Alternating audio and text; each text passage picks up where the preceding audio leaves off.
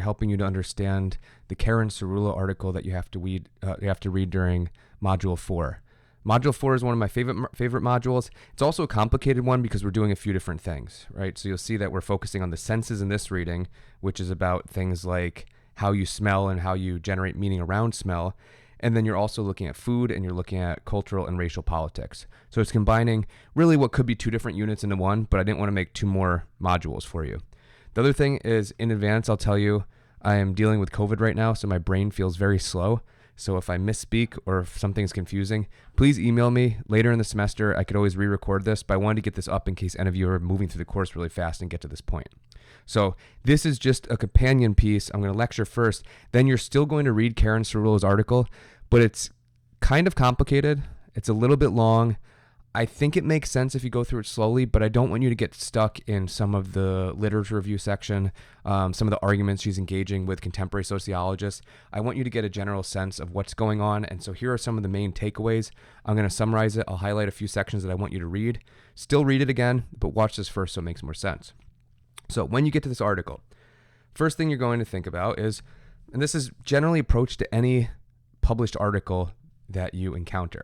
First thing you want to ask is, well, what is the topic they're exploring, and do they have some sort of guiding question, right? What are they trying to get at?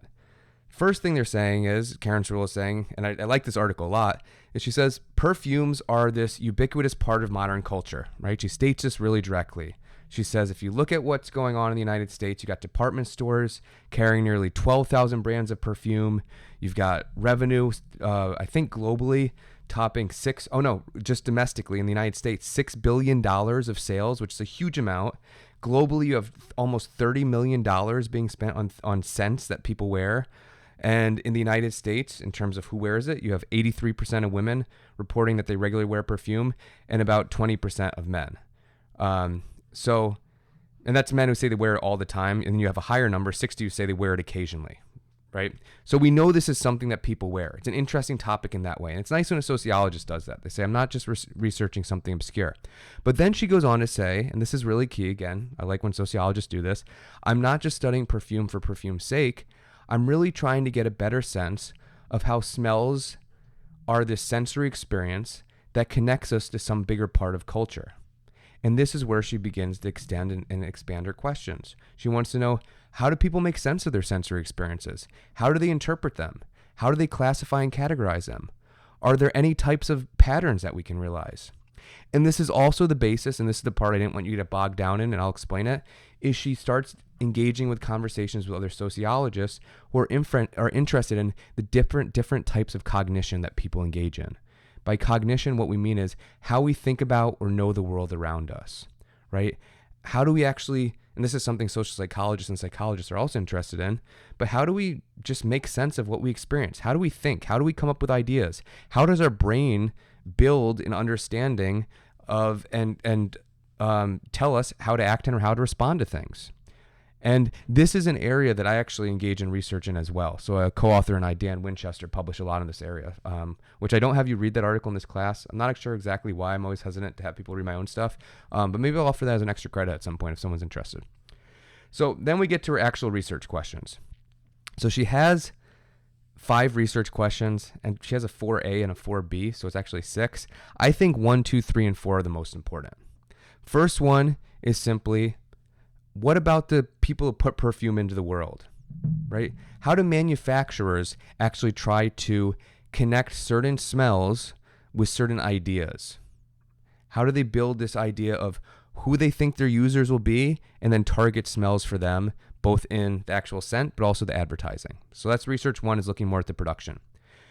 Research question 2, do people have non-declarative proficiency with the public code of perfumes? What that means is when you smell it, before you initially try to make sense and explain what type of smells they are and who's supposed to wear them, do you have a non-declarative, an immediate reaction where you simply know what type of perfume it is? Not the exact brand, but is it expensive perfume? Is it a going out perfume? Is it a work perfume? Who do you associate with? Do you have an immediate reaction? Research question 3. Do individuals have declarative knowledge, basically, instead of just having that immediate reaction, which matches up with what the marketer actually wants, the person who produces the perfume, the manufacturer, research question 3 is, can they explain it, right? Can you smell that perfume and say, this is what the manufacturer was going for? This is what they wanted me to think about being on a beach. They wanted to think about me being at a club. They wanted me to think about taking a bike ride, right? Can you actually figure out what the manufacturer is going for? And then question 5 is, how does the background of the participant who smells the perfume affect how they interpret it? If you come from a working class background, is different than upper class. Does your gender affect it? Does your race and ethnicity affect it? Does growing up in a rural or urban area affect it, right? So how does that shape the way we smell? Now, she introduces this concept, and I think of all the concepts we take away from here, the cultural triangle is the part that interests me. The cultural triangle is saying, what is the overlap between the interaction between the non-declarative, which is that automatic reaction, the declarative, which is you think, you ponder, you try to figure out an answer, and then public knowledge, where you draw on bigger cultural understandings. An example, and I think she uses this in the article, but it's a classic example, is riding a bike. If you know how to ride a bike, when you get on the bike, it simply feels natural, your body responds, it's that non-declarative, automatic cognition. This matches up with habitus, which I explained earlier with Bourdieu. You just get on a bike and you know how to ride it. If the bike is a different type than you're accustomed to, maybe it has a different gear shifter, maybe you haven't ridden a bike for a while, maybe you're still learning, then there's a more deliberative or declarative cognition. You think, how am I supposed to do this? What is the proper way? You kind of work through in your head. This is slower and more reasoned, right? And then public would be thinking about, well, what is the meaning of riding a bike? How do people interpret what I look like? What outfit should I wear when I'm riding a bike? All those type of things where you draw on these larger, bigger ideas. This can happen in any area of understanding, right? Non-declarative is always just that automatic reaction. You look at a work of art. You're at a museum, and immediately you're drawn to it. That's non-declarative. You simply like it. It's a type of art that you actually enjoy.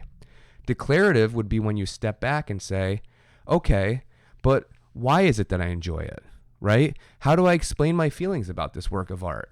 What words do I use to explain it? And then public would be saying, well, let's think about the meaning of this. I know people like this type of art. I know it's a political type of art, so it's a type of thing that people engage in. Or I know that it's supposed to be this impressive Picasso painting. So now I'm thinking about locating it with cultural ideas. And what Karen Cerulo is trying to understand is, what is the interaction between these three with one of the most basic experiences we have, smell. You smell something on a non-declarative level. You have an immediate reaction. Maybe it's disgust. Maybe you like it. And there's all these different ways you're drawn to it. Then you try to make sense of, what is this smell? Where do I know it from? Why do I have this reaction? And then there's a public understanding, a bigger cultural discourse. Okay, hopefully that makes sense.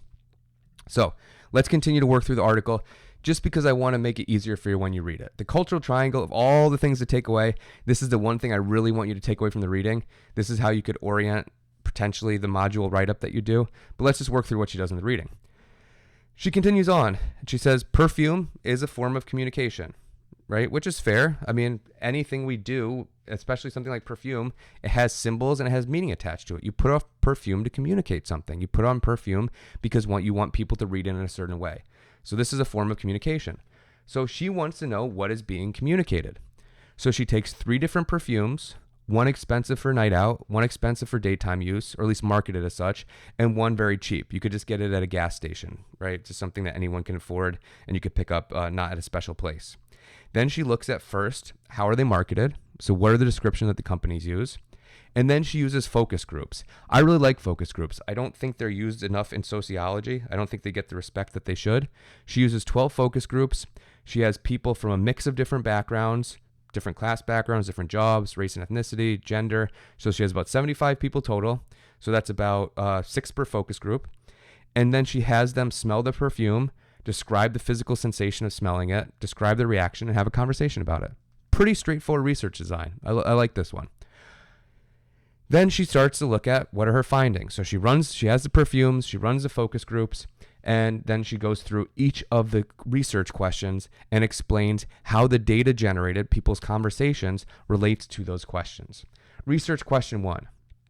She found that all the companies have a very clear message on who they're imagining wearing the perfume, and they also have scenarios and events where it would happen. Participants were very accurate in guessing the intended consumer for the perfume and describing the events they would imagine. And it wasn't because they knew the exact type of perfume, right? There's a part on 372 that's worth reading. There's some interesting racial and ethnic coding happening here also, which we'll see throughout the answers. But people were really accurate at guessing it. They could smell perfume and say, oh yeah, this is this type of perfume. Really interesting because it shows how much at a very basic level we've been socialized to interpret and certain smells with certain type of events and certain type of people. I think this is kind of cool. Second thing. Sorry, I've got a cat climbing on a laptop. A little delay. Second question is, do people have non-declarative proficiency? She found that people would have this immediate gut reaction that was very difficult to articulate, and instead they would rely on saying things like, oh, just everyone knows that, right? Kind of an interesting thing. They knew the smell, they knew what was expected, but it was just an immediate response. Oh yeah, this person would wear it. It wasn't at the declarative level where they would say, I smell these type of scents, therefore it must be X, Y, and Z. Instead, it was this automatic reaction. I smell this, it invokes this type of idea in me. I smell this, I associate with a cheap perfume. I smell this, I associate it with the club. That type of reaction. It's also worth noting, question 4 overlaps a bit with this, and this is where Karen Cerulo talks about people have an immediate embodied response in the sense that they immediately have a feeling of disgust, or they have like a tingling in their body, or they immediately feel like a happiness or joy. It's that immediate reaction where we go back to the triangle again. It's all at that non-declarative level. All right, question 3. Here we're starting to see people make bigger connections, and they're really drawing out some of that social and class stuff and race and ethnicity that we saw before, and we'll continue to see that as we move on. You should definitely read this stuff on page 376. There's a lot of interesting things as they toggle between the declarative and the non-declarative, right? So that immediate response, I'm drawn to this, I like it, I don't like it. And then you start to tell stories about why. Oh, it's because my grandmother, or it's because it reminds me of X, or it reminds me of Z, right? We start to give justifications. We have an immediate bodily reaction, which really some psychologists, some social psychologists and sociologists argue it's the most important thing. It's that gut response that really decides what actions we take. And then the story we tell after is often really just designed to make the people around us understand it and accept our decision, to make us look better, right? So we have a gut response, and then we tell a story so people can, basically it shows us what the normative expectation is. I did this thing, but here's why. You have to understand why it wasn't dumb, or you have to agree that it was the right decision. So here we see people making connections between who wears it, where they go with those perfumes, who's welcome in different spaces. Those are the type of stories that happen as an answer to question 3. And again, make sure to read page 376. The finding part is she's giving us data. She's giving us the evidence. She's just telling us what happened in the focus group. So this part's more understandable. It was that first part, the lit review, that was the most complicated. Then the final part of the findings. How do sociocultural location, for example, age, education, gender, occupation, race, and social class, how does that influence people? Here's where the racialization and class status gets invoked the most. Here's a part that, again, read this section, and it's a great lead-in to talking about food, right? What type of food do we think is worth more money? What type of food and smells do we associate with certain people? How do foods get categorized, people get categorized, and there becomes a hierarchical model? Right? So here's the part where people just have these smells, and then they immediately draw conclusions about who should be wearing them, why, and then both the age and also status of those people. So make sure you read this section as well. But again, the main takeaway, the part that I want you to pay attention to, the most useful thing for me, the stuff you should carry through this class and on, is the cultural triangle. If you ever hear people, and this was a module I almost had, and I draw on in my other class, for instance, if you take a masculinity course with me, if you hear people talking about this idea of affect, they're getting at this stuff too. Affect means that immediate visceral response that's even pre-emotional, right? Think about what it means to be scared. The first step is the hair on the back of your neck goes up, or your heart races, or your stomach drops, or you jump. That's not actually fear or being scared yet. First, you have this very primal physical, bodily, corporeal response. Then we attach a label to it. That's fear. That's nervousness. That's excitement. It could be the exact same bodily response, but you're in a different situation, so we give it a different emotional label. Then you go even further to start to talk about the social meaning of it. Here's why I like being afraid. Here's why I don't like being afraid. Here's when it's appropriate to be scared. Here's when it's not appropriate to be scared. Here's why I like horror movies. Here's why I don't like horror movies. But it starts with the affect, how another thing impacts us and we encounter it. The first experience is at the non-declarative level. Then we have a declarative, we make sense of it. Then we draw on public meaning to really start to code why we have that non-declarative and then declarative response. But then this also affects this. These all go back and forth, right? If you are told over and over that something's scary, there's a public discourse around it, then you might have a different non-declarative response, right? If culture tells us something is good, that's going to affect our non-declarative response. Hopefully that makes sense. The cultural triangle is a really important tool. If it doesn't make sense, please email me and I'll explain it more. I didn't want to make the lecture go on and on. I try to keep these to about 15 minutes. But if I need to explain public, non-declarative, and declarative with some more examples, I'm happy to do so. This is a part, again, that I think is incredibly useful, influences my own research, one of the main things I want you to take away from class. So that's all I have. And then reminder, office hours. I've got someone Tuesday and Thursday in person, very flexible on Wednesday for Zoom meetings. Email me anytime. Ask for video explainers if you need them, and then continue to go your own direction with these modules, but make sure you keep moving forward. Hopefully that was useful. That's what I've got. Bye.